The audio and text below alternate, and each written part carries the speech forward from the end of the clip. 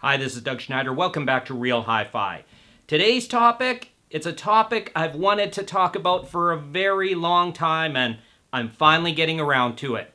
Why these skateboard decks are on my walls. But before I get to the reasons, and there are 4 of them, I want to give you a little bit of background. So I started skateboarding in the late 70s, about the same time as the Mission 770, the original one, came out. And it's one of the things I lived for as a teenager and for many years. And in the 80s, this was the last board I had. A Veriflex Martinez, no concave on it. But tracker trucks, Powell wheels, good board. Grab rails, kept it around. It hasn't been ridden for a long time, but it's kind of a classic. Now, the cool thing about skateboarding these days is the term classic has survived, and I think it's largely because of a documentary called Dogtown and Z-Boys made by Stacy Peralta. It brought back the whole vibe of the 70s and 80s. So as a result, you can build up classic boards today. What this is a new reissue of an old board designed in the 1980s. It's called the Dressen Pup, and skater Eric Dressen was behind the design of it. Now, I like this board, not for the colors. I think it's ugly as hell, but a lot of kids at the park love it. But I think it's just too much. It's the size, that's why I bought it. 9.5 inches by 29.5 inches. The trucks are independent, 169 millimeter, I believe.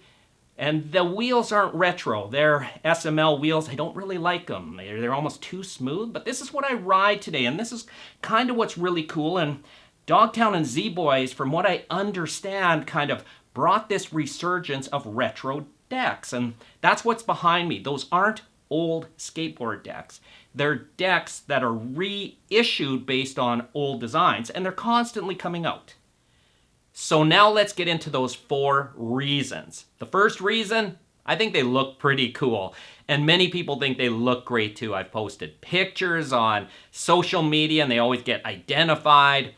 On videos, people are always pointing out this board or that board. They seem to like them, I like them, and that alone, to me, is good enough. The second reason is they're collectible.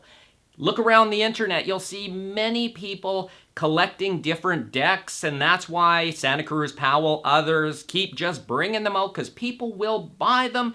And when I bought that Dressen Pup and I put trucks and wheels on it, the guy at the skateboard shop was, "Whoa, you're gonna ride this?" And I'm like, "Yeah." And he said, because many people just put it on the wall.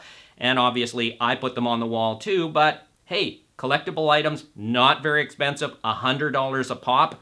It's a lot of fun. Reason number 3 is something only an audiophile will understand. They improve the sound, believe it or not. And that's because they act as okay diffusers. They're made of wood. Depending which side of a deck you're looking at, they're either concave or convex, and that results in a deflection of the sound in different directions. And I have absorption in the room on the front wall, which is the one right behind me. That's my front wall of my listening room, and that's where I put the boards up, and I have a combination then of diffusion and absorption that actually improves the sound and looks really good. And now the 4th and final reason, and again, there's a tie into hi-fi. They're a symbol, not just of my youth, and that's when I got into hi-fi, roughly when I got into skateboarding. So they've both been around a long time. But that hi-fi, contrary to what many people say these days, I don't believe will ever die. And you know why? Skateboarding died, but then came back. So this is what I always tell people who say hi-fi is going to die. Traditional hi-fi, it's gonna be dead. It's gonna be gone, it's shrinking. Nobody's gonna want it in the future. Well, back in the 70s and 80s, skateboarding was a really big thing. Early 80s, late 70s. It blew up. It was a fad. And there's a new documentary with Tony Hawk called Until the Wheels Fall Off, and I'm so glad they didn't leave this part out. In the 80s, and definitely by the early 90s, but in the 80s, the whole thing died. When I say died, I mean skateboard shops were gone, companies were going out of business, All those parks in California that were built in the 70s and 80s were bulldozed. They were all gone. The whole thing was over. And today, for me to be able to buy an old school deck, to go to a public skate park in so many towns, and I do all the time when I'm traveling, is rather unbelievable, almost a miracle to see this come back.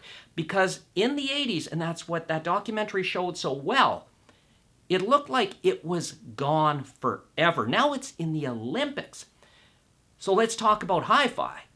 People say, oh, the 70s were the golden age and into the 80s, but hi-fi today, it's gonna die and be replaced by other things.